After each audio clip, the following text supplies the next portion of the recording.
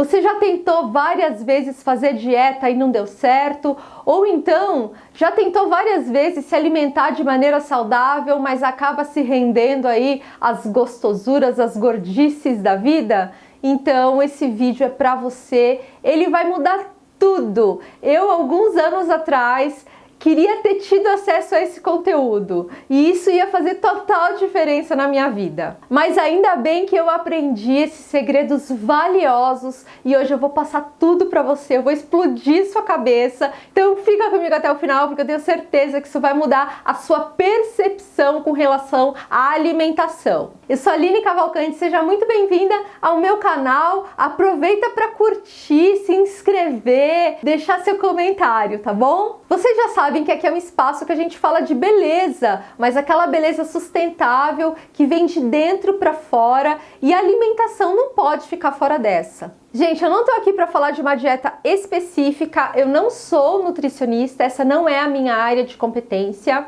E também eu acho que informação a gente tem, mais ou menos, né? A grande maioria sabe o que pode e o que não pode comer. Não é falta de informação que nos falta. O que falta é a gente entender por que a maioria das pessoas não conseguem se manter numa dieta saudável. Mas a boa notícia é que depois desse vídeo você vai conseguir virar essa chave. Então vamos lá, eu tenho 4 dicas para você. A primeira dica que eu quero que você entenda é que a gente associa sempre comida ao prazer.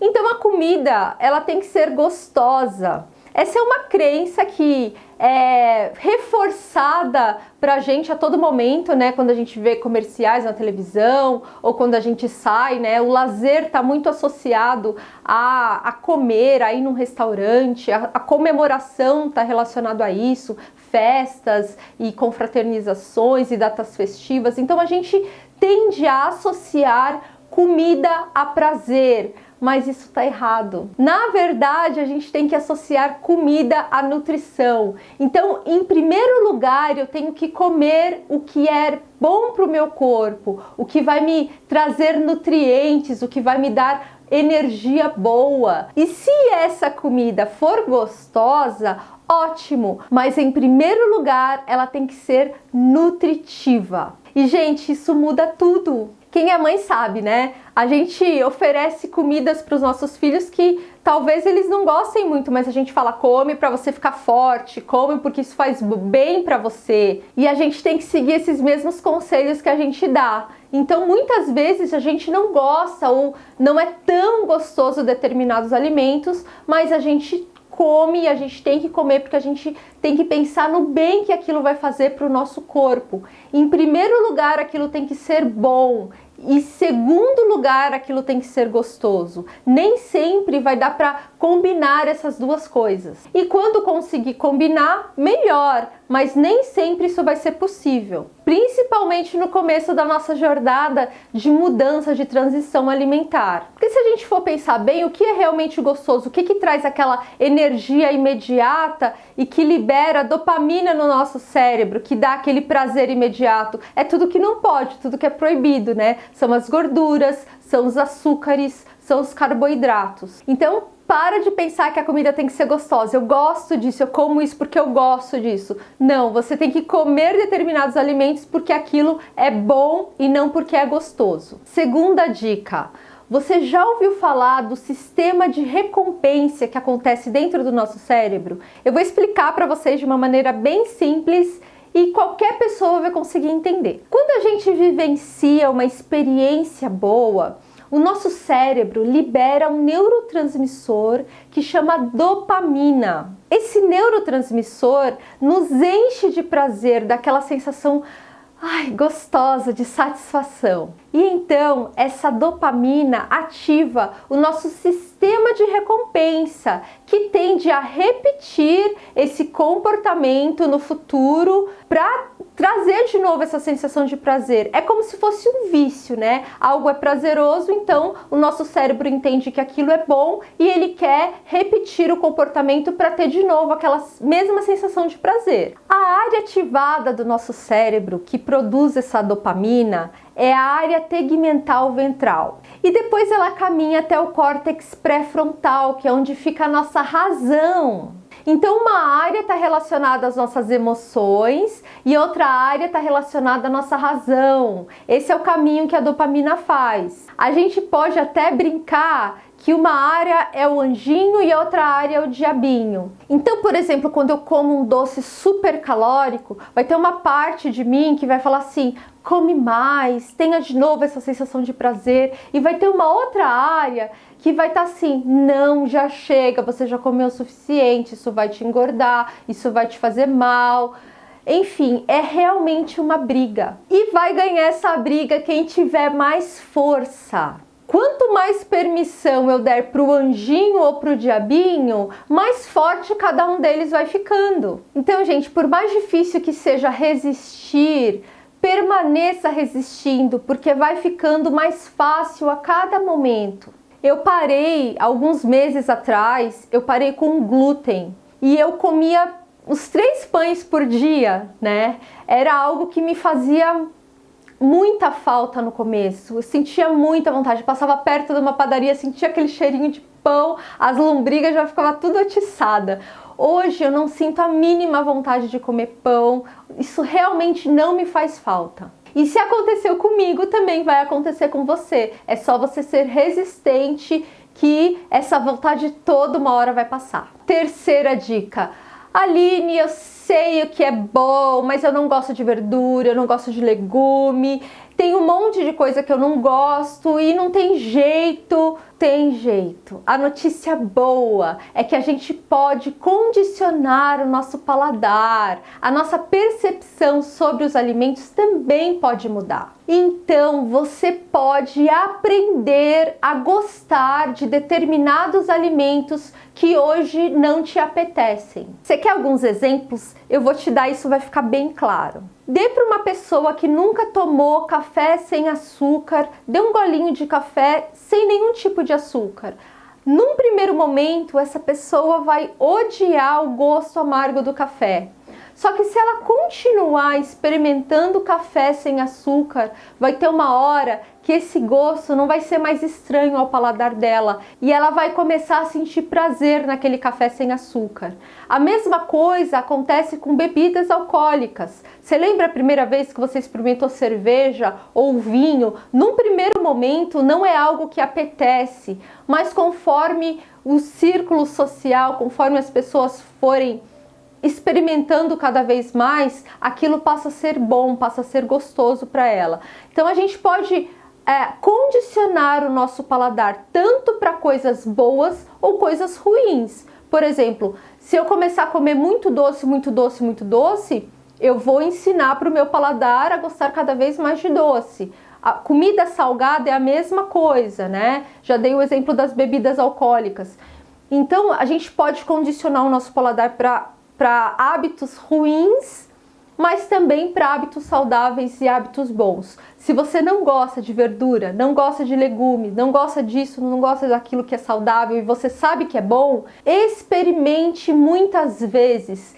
Tente, uma hora o nosso sistema de recompensa lá que eu falei antes, ele vai também ser ativado para sentir prazer através desses outros alimentos. Isso fica bem claro também quando a gente está ensinando uma criança a comer. Eu tenho um filhinho de 2 anos, isso está bem recente na minha memória. Ele ficou até os 6 meses só no peito, só sendo amamentado por mim.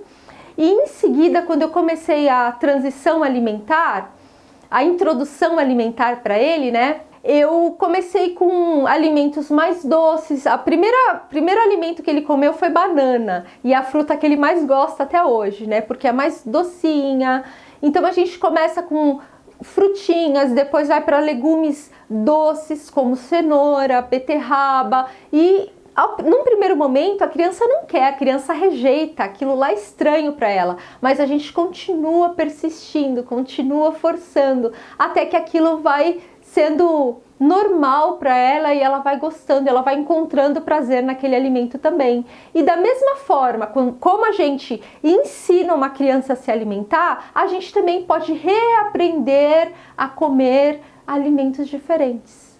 Então vamos lá para a Quarta dica, gente, não adianta fazer exercícios físicos pensando em emagrecer e não ter uma alimentação equilibrada. Não adianta. Também não adianta fazer tratamentos estéticos se você não cuidar da sua alimentação.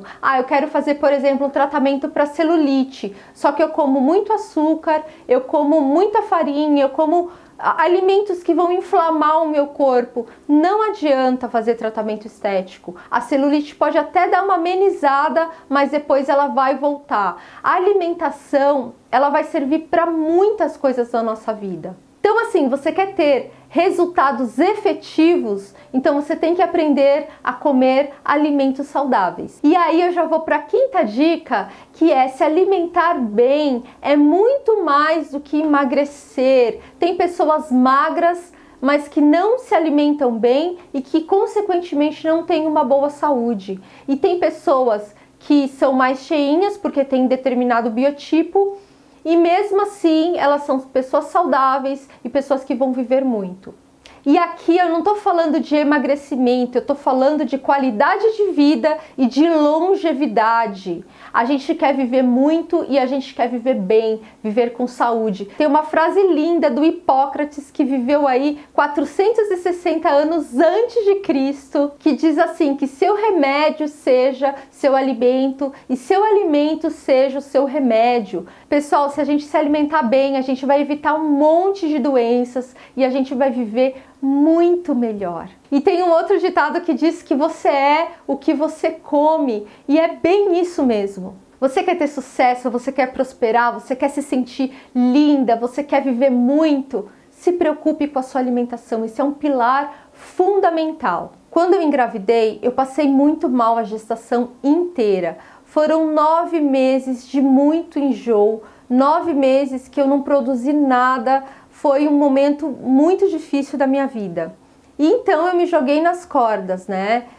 No começo eu emagreci porque eu tudo voltava, né? Não conseguia manter nada no estômago. E depois eu comia muito, mesmo vomitando, eu exagerei muito. Eu saí totalmente da dieta, eu parei totalmente com a atividade física. Depois que o bebê nasceu, eu ainda continuei nesse processo. E aí eu lembro que 6 meses após o bebê nascer, eu voltei lá na minha ginecologista obstetra e a minha barriga tava assim, flácida, eu tava ainda com bastante gordura localizada e tal. E eu falei com ela, doutora, a minha barriga vai voltar ao normal, vai voltar ao que era antes, né? Porque agora eu vou retomar a minha vida e tal. E daí ela falou assim, olha, eu vou ser bem sincera com você. Isso daí é flacidez, só vai resolver com cirurgia plástica, né? Então, espera um pouquinho, tenha certeza que você não vai ter o segundo filho e depois a gente volta a conversar sobre a cirurgia. E eu saí do consultório arrasada, né? Nunca passou pela minha cabeça fazer cirurgia e, enfim, como assim? Fiquei bem chateada e pensando, eu acho que eu nunca mais vou ter o corpo de antes. Algum tempo depois, eu retomei a minha vida, retomei a atividade física, nada exagerado, pelo contrário, com bastante moderação, mas o que mudou mesmo foi a alimentação. Eu e o meu marido, porque o meu marido também largou a alimentação nesse processo, né, tão conturbado, largou a alimentação saudável, então a gente resolveu retomar uma dieta mais equilibrada. Nós cortamos açúcares, todo o açúcar a gente cortou glúten e a gente cortou leite e derivados do leite. Gente, isso causou uma transformação enorme. Eu comia 3 pãezinhos, aquele pãozinho francês, por dia, né? Eu amava pão, amava massa. Eu moro aqui no sul, pessoal descendente de italiano, então vocês imaginam como era. E nós abandonamos. No começo eu sentia muita falta, depois a gente se acostuma. E daí depois de 1 ano, né, do nascimento do meu filho, ou seja, 6 meses após aquele retorno que eu fiz com a médica, eu voltei lá com uma barriga igual de solteira, melhor do que antes da gestação. E eu falei, pois é, doutora, você viu? Não precisou de cirurgia. E ela falou, Aline, você está ótima. Então, pessoal, eu tô dando aqui o meu relato porque eu realmente acredito nisso. Se eu pudesse voltar no tempo, eu teria adquirido esses hábitos muito antes. Não tô aqui para falar de tipos de dieta, né? Cada um tem a sua, cada um consulta o profissional que achar melhor.